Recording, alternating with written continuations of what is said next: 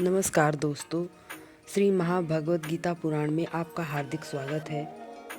तो आज हम सुनेंगे अध्याय 14 में जब श्री अर्जुन ने भगवान श्री कृष्ण से 3 सवाल पूछे थे। तो आइए हम जानते हैं वह 3 सवाल कौन है जिसका उत्तर भगवान श्री कृष्ण ने बड़ी सजगता और के साथ अर्जुन को इसका जवाब दिया था।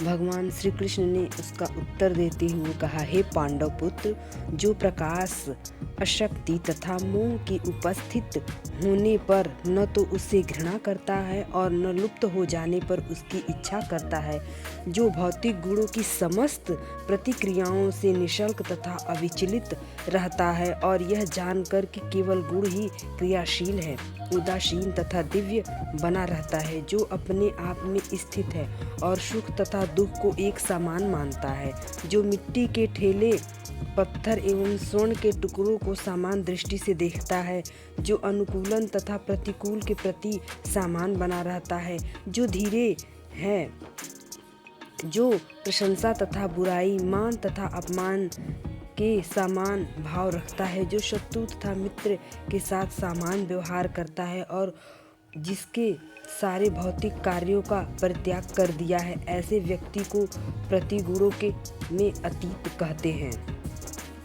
भगवान श्री कृष्ण ने अर्जुन को इसका तात्पर्य समझाते हुए व्याख्या करते हुए कहते हैं, भगवान अर्जुन ने भगवान श्री कृष्ण से 3 प्रश्न पूछे और उन्होंने क्रमशः एक एक उत्तर दिया। इन श्लोकों में श्री कृष्ण ने पहले संकेत में कि जो व्यक्ति दिव्य पद पर स्थित है वह न तो किसी से ईर्ष्या करता है और न किसी वस्तु के लिए ललायित रहता है। जब कोई जीवन संसार में भौतिक शरीर से युक्त होकर रहता है तो यह समझना चाहिए कि वह प्रकृति के 3 गुणों में से किसी एक में के वश में है। जब वह शरीर से बाहर हो जाता है तो वह प्रकृति के गुणों से छूट जाता है, लेकिन जब वह शरीर के बाहर नहीं आ पाता तब उसके उदासीन रहना चाहिए और भगवान की भक्ति में लग जाना चाहिए, जिसमें भौतिक देह में उसका महत्व विसर्त हो जाएगा। जब मनुष्य भौतिक शरीर के प्रति सचेत रहता है तो न केवल इंद्रियां लुप्त होने के लिए कर्म करता है, लेकिन जब वह अपनी चेतना श्री कृष्ण में स्थानांतरित कर देता है तो इंद्रिया तृप्त स्वत रुक जाता है। मनुष्य को इस भौतिक शरीर की आवश्यकता नहीं रह जाती और न उसे भौतिक शरीर के आदेशों का पालन करने की आवश्यकता रह जाती है। शरीर के भौतिक गुण कार्य करेंगे, लेकिन आत्मा ऐसे कार्यों से पृथक रहेगा। जब वह किसी तरह पृथक होता है तो वह न शरीर का भोग करना चाहता है और न उसे बाहर जाना चाहता है। इस प्रकार दिव्य पद पर स्थित भक्त स्वयं मुक्त हो जाता है। उसे प्राकृतिक गुणों के अभाव में मुक्त होने के लिए किसी प्रयास की कोई आवश्यकता नहीं रह जाती। अगला प्रश्न दिव्य पद पर आसीन व्यक्ति के व्यवहार में संबंध में है।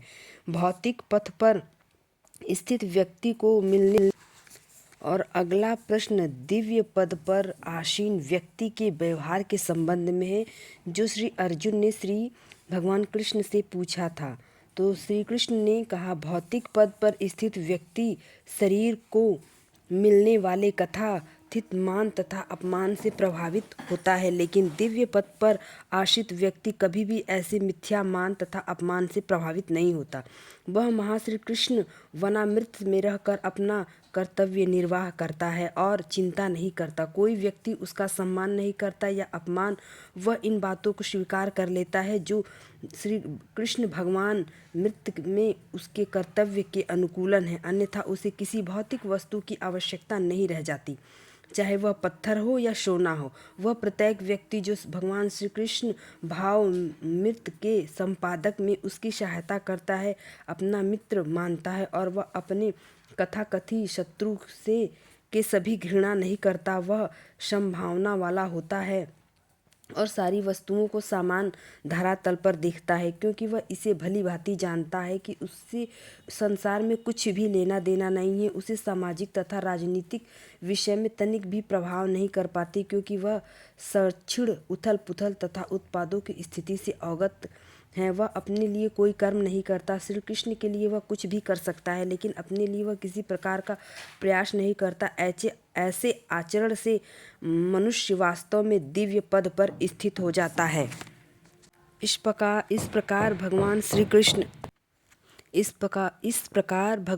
कृष्ण ने अर्जुन के दूसरे प्रश्न का उत्तर दिया और तब श्री अर्जुन ने तीसरा प्रश्न किया है, दिव्य स्थिति प्राप्त करने का साधन क्या है।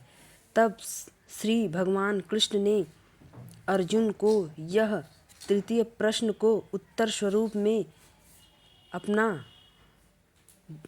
उत्तर दिया। जैसा कि पहले बताया जा चुका है, यह भौतिक जगत की प्राकृतिक गुणों के चमत्कार के अंतर्गत कार्य करता है। अपनी चेतना मनुष्य ऐसे कार्यों में लगाकर उसे कृष्ण कार्य नहीं होना चाहिए। कृष्ण उसे कार्य चाहिए कि वह भक्ति अपनी योग चेतना में ऐसे कार्यों के में नाम से लगाकर विख्यात है, जिसमें उसे सदैव कृष्ण श्री कार्य कृष्ण में के लिए लगाए। कार्य कृष्ण करना होता है। कार्य इसमें न केवल भक्ति कृष्ण योगी ही के आते नाम हैं, में अपितु विख्यात, अनेक विभिन्न जिसमें पूर्ण सदैव संसार कृष्ण भी के सम्मिलित लिए हैं, यथा कार्य राम करना तथा नारायण। होता है। इसमें इसमें न न केवल केवल अंश कृष्ण हैं, ही जो श्री आते कृष्ण हैं, के अपितु किसी भी रूप तथा उनके पूर्णांश की सेवा में प्रवृत्त होता है। उसे दिव्य पद पर स्थित समझना चाहिए। यह ध्यान देना होगा कि श्री कृष्ण के सारे रूप पुण्यात्म है। तो यद्यपि प्रकृति के गुणों को जीत पाना कठिन है, लेकिन वह उसे सरलता से जीत सकता है, जिसकी व्याख्या 7वें अध्याय से पहले की जा चुकी है। श्री कृष्ण का शरण ग्रहण करने पर तुरंत ये प्रकृति के गुणों में प्रभाव और लांघा जा सकता है। भगवान श्री कृष्ण ने अपनी भक्ति में होने का अर्थ है श्री कृष्ण के साथ समानता प्राप्त करना। भगवान कहते हैं कि उनकी प्रति सच्चिदानंद रूप है और सारे जीव परम अंश है। जिस प्रकार सोने के कण सोने की खान में अंश है, उस प्रकार जीव अपनी आध्यात्मिक स्थिति में सोने के समान या श्री कृष्ण के समान ही गुण वाला होता है, किंतु व्यक्ति का अंतर बन जाता है, अन्यथा भक्ति योग का प्रश्न नहीं उठता। भक्ति योग का अर्थ है कि भगवान है, भक्त है तथा भगवान और भक्त के बीच प्रेम का आनंद चलता रहता है। एतद् भगवान ने और भक्त दो व्यक्ति अविष्ट वर्तमान हैं, अन्यथा भक्ति योग का कोई अर्थ नहीं। यदि कोई भगवान जैसे दिव्य स्तर पर स्थित है तो वह भगवान की सेवा नहीं कर सकता। उदाहरण स्वरूप राजा का निजी सहायक बनने के लिए कुछ योग्यताएं आवश्यक हैं। इस तरह स्वगत सेवा के लिए योग्यता है कि ब्रह्मा बन जाए या भौतिक कल्मश के से मुक्त हुआ जाए। वैदिक साहित्य में कहा गया है कि ब्रह्मस्यति, अर्थात गुणात्मक रूप से मनुष्य को ब्रह्मा में एकाग्र होना चाहिए। ऐसी तत्व प्राप्त करते हुए मनुष्य व्यष्टि आत्मा के रूप से साक्षात ब्रह्मा स्वरूप को खोता नहीं। इस प्रकार भगवान श्री कृष्ण ने अर्जुन के तीसरे प्रश्न का उत्तर देते हुए अपने श्लोक में अध्याय में भगवत गीता में समझाने का प्रयास किया है। तो हम अभी इस कथा को यहीं पे रोकते हुए विराम लगाते हैं और फिर मिलेंगे एक नई कहानी के साथ। तो चलिए आज की यही, नमस्कार दोस्तों।